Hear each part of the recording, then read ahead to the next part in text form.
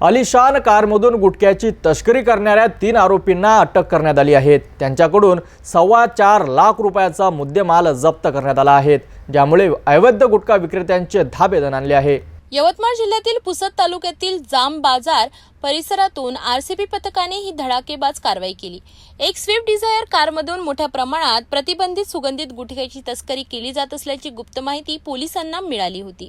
या माहितीच्या आधारे आरसीबी पथकाने सापळा रचून कारवाई केली। या कार्यवाहीत पोलिसांनी शेख वाजिद, तौफिक खान आणि सोहिल अहमद या तिघांना अटक केली आहे। हे तिघेही जाम बाजार येथील रहिवासी आहेत। त्यांच्याकडून जप्त करण्यात आलेल्या प्रतिबंधित गुटख्यासह स्विफ्ट डिझायर कारचा समावेश आहे, ज्याची एकूण किंमत अंदाजे 4.25 लाख रुपये आहे। पोलीस अधीक्षक चिंता, अपर पोलीस अधीक्षक पियुष जगताप आणि सहाय्यक पोलीस निरीक्षक तथा उपविभागीय पोलीस अधिकारी यांच्या मार्गदर्शनाखाली आरसीबी पथक यांनी ही यशस्वी कारवाई केली। या कार्यवाहीमुळे यवतमाळ जिल्ह्यात अवैध गुटखा विक्री करणाऱ्या रॅकेटला मोठा धक्का बसला आहे।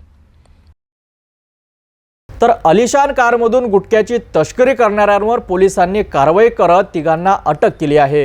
हा अवैध धंदा रोखण्यासाठी पोलिसांकडून सुरू असलेल्या प्रयत्नांना या कारवाईमुळे मोठे यश मिळाले आहे।